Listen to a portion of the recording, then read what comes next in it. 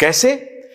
International health division के जो directors थे वो सब लीड कर रहे थे WHO को, क्योंकि ये एक्सपर्टीज उन्होंने एक प्रकार से प्रचारित कर दिया था कि इंटरनेशनल हेल्थ डिवीजन के पास ही हेल्थ केयर की एक्सपर्टीज हैं। और इंटरनेशनल हेल्थ डिवीजन के जो भी कर्ता धर्ता थे उन्होंने WHO को एक प्रकार से टेक ओवर कर लिया। मतलब इंस्टीट्यूशन बदल गए, चेहरा वही रहा, और एक दो दिन तक नहीं, लंबे समय तक रहा, 35-40 वर्षों तक। जब 1970 में अब जो दूसरी कहानी शुरू होती है, इस प्रकार से WHO के जरिए रॉकफेलर ने दुनिया भर के देशों में अपने टेंटिकल्स फैला दिए। और आपको हैरानी होगी कि उस वक्त जो IHD का WHO के पहले जिन चुनिंदा देशों में इंटरनेशनल हेल्थ डिवीजन का दफ्तर था, उसमें से एक भारत है। फ्रांस, मैक्सिको, भारत और अमेरिका, ये 4-5 देश पूरी दुनिया में, भारत उनमें से एक।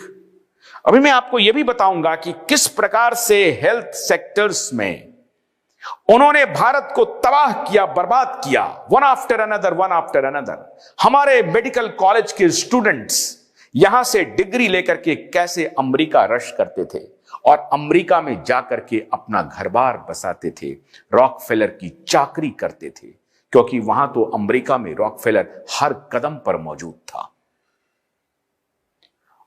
भारत को उन्होंने सस्ता बाजार समझा, पॉपुलस स्टेट समझा, इतनी आबादी का सघन स्टेट समझा, इसलिए रॉकफेलर ने अपना दफ्तर खोला।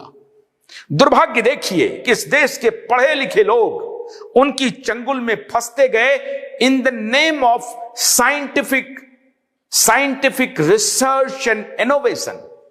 वो किस प्रकार से हमें मारता रहा, हमें पिल्स पर पिल्स देता रहा, दवा की खुराक पिलाता रहा, और पिला पिला करके हमारी संतति को बिगाड़ता चला गया। इस पर इस पत्रकार महोदय की कोई नजर नहीं है। इसलिए मैं कहता हूं, इन अज्ञानी को आप ज्ञानवान समझ रहे हैं। क्या इन्हें इस बात का इल्म नहीं है? रामदेव पर वो फटाफट शोध करने लगते हैं। उनके मित्र एयरपोर्ट पर थे, फटाक से फोटो खींचा, फटाक से भेज दिया कि ये देखिए ये गलत दावा है।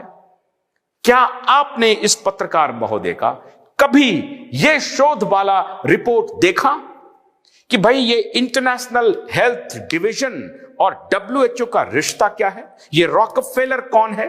ये किस प्रकार से पूरी दुनिया के हेल्थ सेक्टर को कब्जा किया हुआ है? और एक नाम लूंगा, रॉथसाइल्ड का, अभी आता हूं। जिस पत्रकार को आप समझते हैं आपके लिए जीते मरते हैं, वॉइस ऑफ वॉइसलेस हैं, सत्ता के खिलाफ खड़े हैं, गलतफहमी मत पालिए। ये सत्ता के खिलाफ नहीं है, ये उन दलालों के साथ है। अगर ये सत्ता के खिलाफ होते तो महामारी के दौरान जो पाप हो रहा था, जिस वक्त क्यूबाइड नेटवर्क मजबूती से इस मुद्दे को उठा रहा था, ये पत्रकार महोदय जो ब्लैक स्क्रीन करता था, ये पत्रकार महोदय एक रिपोर्ट तो कर देता। आज पूरी दुनिया भुगत रही है, पूरी दुनिया भुगत रही है, लेकिन ये उसके साथ खड़ा है।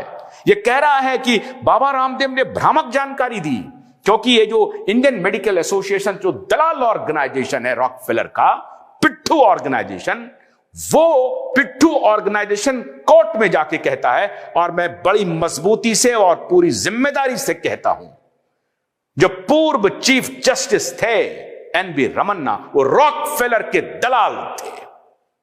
तो रॉकफेलर के दलाल थे। रॉकफेलर, उसके बाद अभी बिल गेट्स, बिलिंडा गेट्स तो बाद में आता है।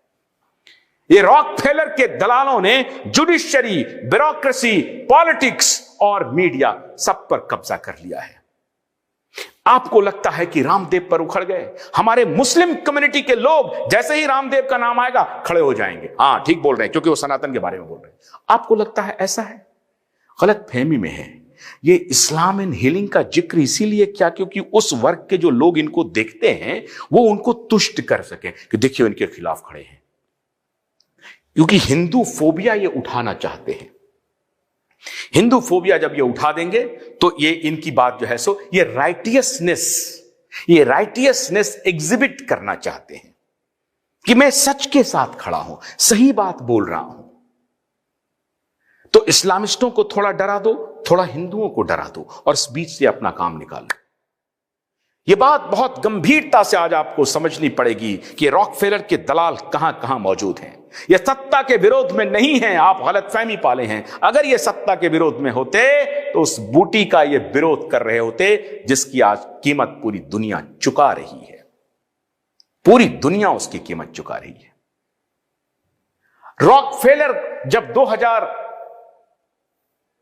1950 में जब ये WHO बन जाता है, उसके बाद रॉकफेलर का काम सिर्फ हेल्थ केयर नहीं रह जाता है, किसानी भी हो जाती है, खेती भी हो जाती है, एनवायरनमेंट भी हो जाता है, पर्यावरण भी हो जाता है, एजुकेशन भी हो जाता है, बड़े बड़े ग्रांट्स मिलने लगते हैं।